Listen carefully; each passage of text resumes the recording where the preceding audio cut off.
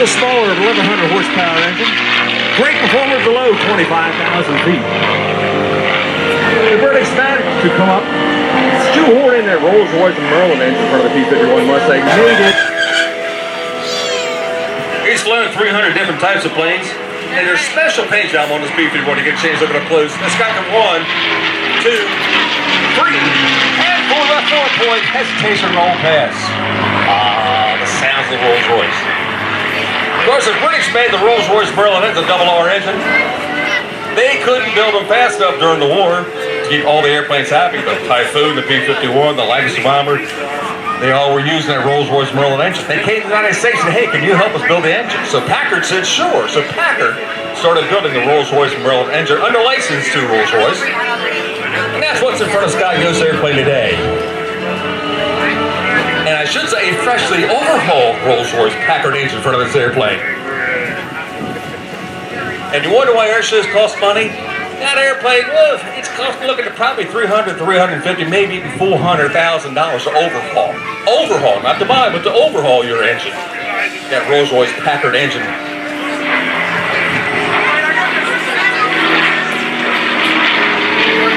Last cycle back through, there's an 8-point hesitation. We'll stop that airplane 8 equal times in one roll.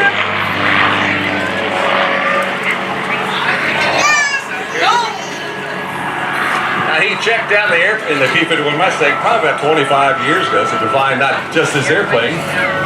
Scott's dad and Scott built this airplane out of about a dozen damaged or wrecked airplanes. They said it was airplane. It's probably one of the nicest ones out there. His dad was a machinist, meticulous.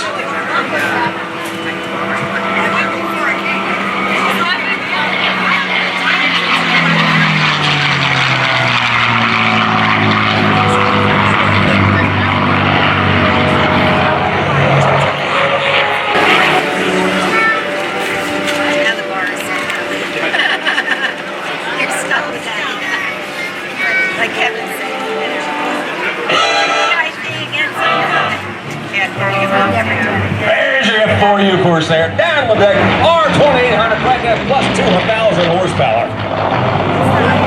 Mr. Jim Tobul controls this airplane for us.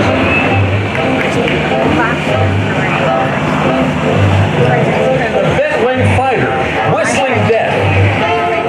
The biggest engine they made during World War II, one of the biggest engines made during World War II, put in front of the F4U Corsair. Made famous by, Pappy Boyd to the Boys, Baba Black Sheep. So we kind of like followed the last Did he never On the right, Mr. Jim Tobul, the F4U Corsair.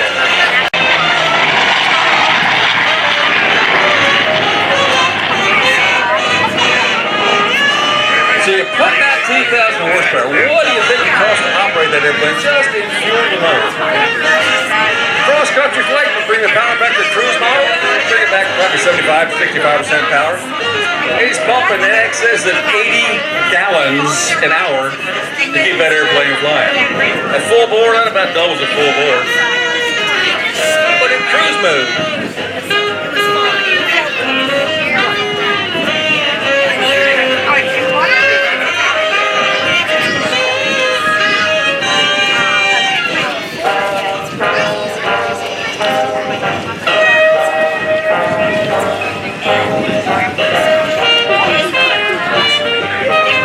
took the Corsair. The Marines complained it bounced too much on carriers, so they didn't want to land the carriers too often. They couldn't control the landing gear. Had to put the long landing gear to get that prop clearance needed, and they couldn't put the real long landing gear because it wouldn't take the carrier strength that it needs. So they bent the wing to make a shorter landing gear and still keep the prop clearance. Just got caught with guys, Scott, Jim posting up. Visibility's going down the tubes, ready to do harder coming back into land force thing.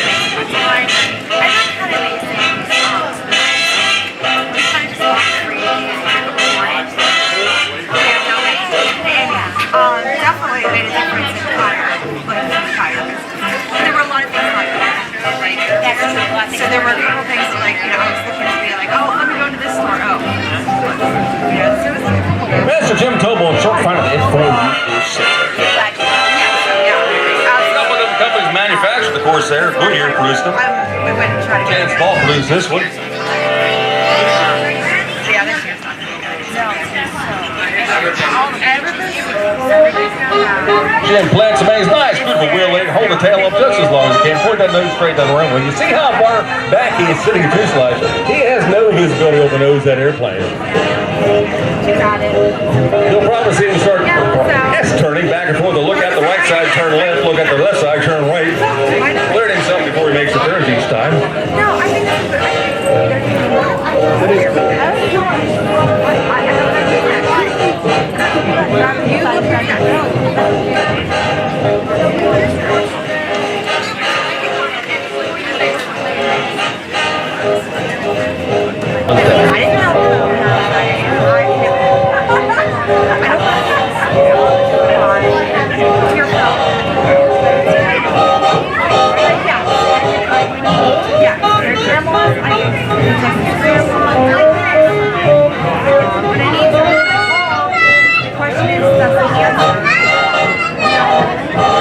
Again, they can't hear you, but they can see you. As it tags by, give them a big wave. Did the best. You're not going to risk these multi-million-dollar machines because of a little bit of rain and bad visibility. You can see that 13-foot diameter prop. That is a massive piece of equipment. Gyroscope in front of you out there, taxing the airplane back up further.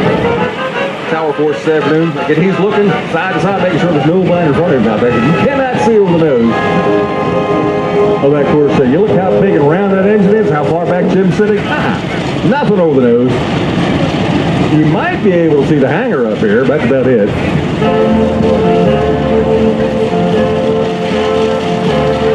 He got the sounds around it. Had the sounds of a V12.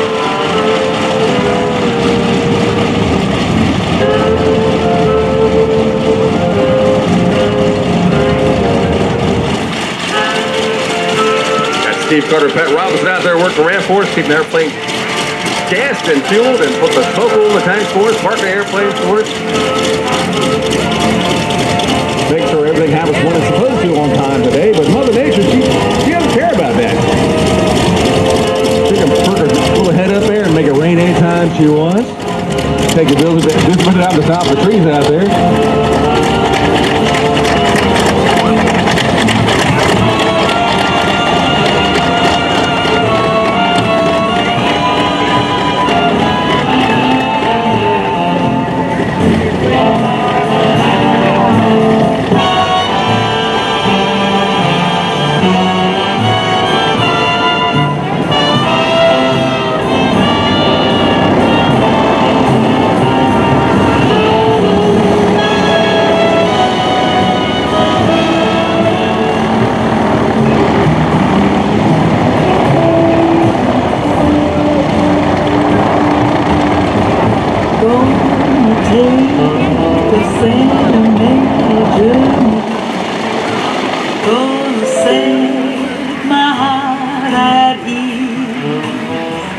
Gonna make a sentimental journey.